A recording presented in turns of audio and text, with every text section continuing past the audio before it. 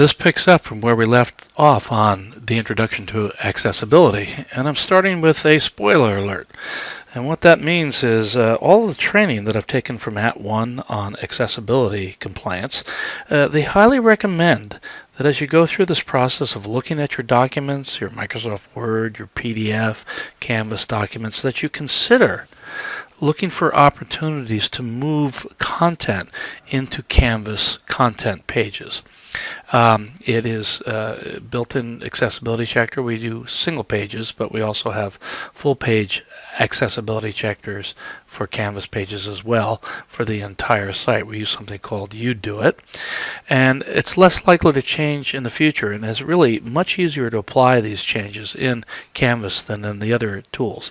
It's not terrible in the other tools either, but this was just kind of an overall recommendation that they were making. So as you go through the rest of the training, just try to keep that in mind, that that might be something worth considering. All right, let's move on. So one thing is there are simple techniques for all the documents. There are similar techniques, I should say.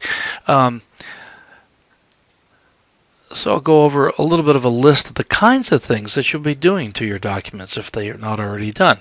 You look at any image that's on a web page or Microsoft Word document or PowerPoint, and there's ways to provide something called alternative text.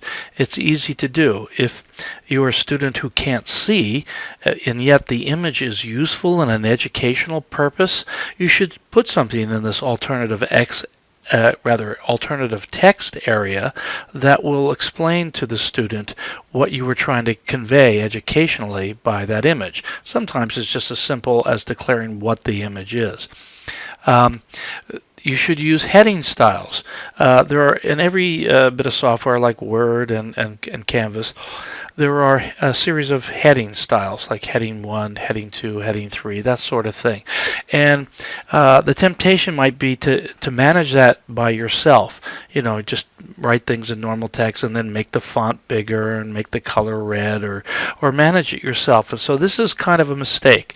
It's a mistake for accessibility because the screen readers that are used for the blind, they look at these headings so people can skip around a document in a way like a sighted person, at least closer to that.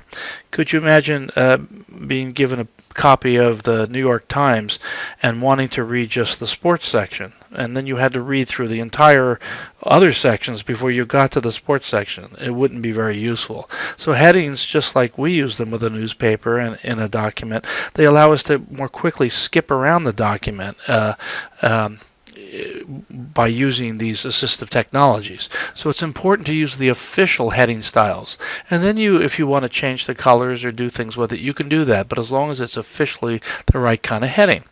Likewise, with lists of things, you could maybe be in the habit like I was. I would put a little dash and I'd put my first item, another dash, the second item, and so forth. But that was a mistake. It's good to use the bulleted or numbered list tools that come in all of these software packages. Use the official ones that allows the assistive technology for people with sight disabilities to work well.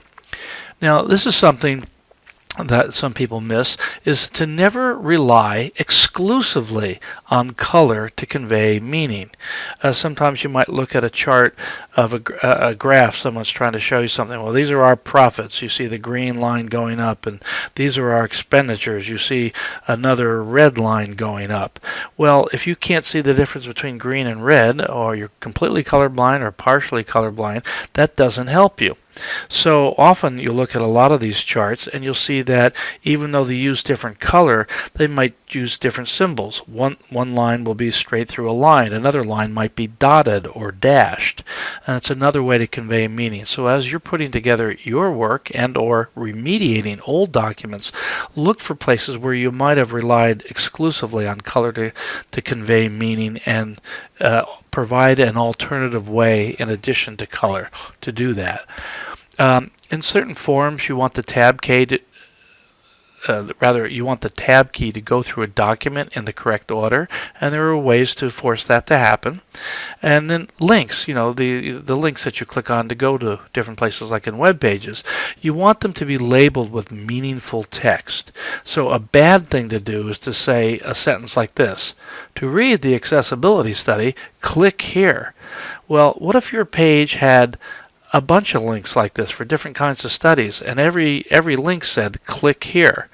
Well, again, people with sight disabilities are not going to know which click here relates to what they really want to see, and they won't be able to skip around and go to the thing perhaps they're interested in going to first.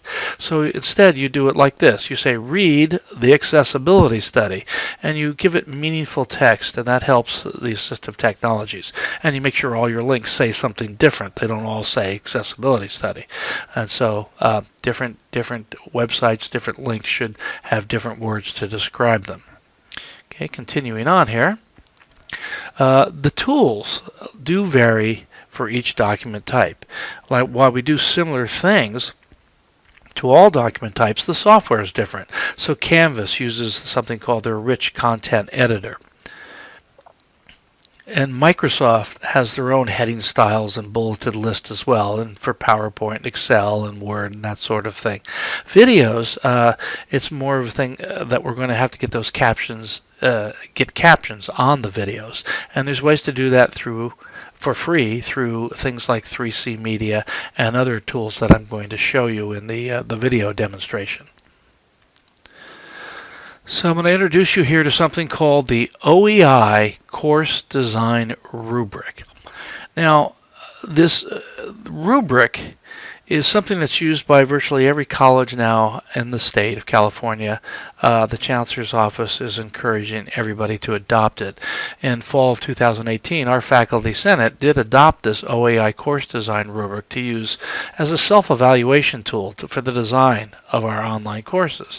So it's a rubric that's primarily used for best practices design of websites, of your online classes or hybrid classes. But it has 4 sections.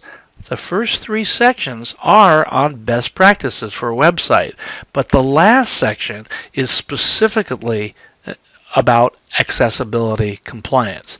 Section D, that's all it does, and it's a checklist of things that you need to make sure that you do for your documents.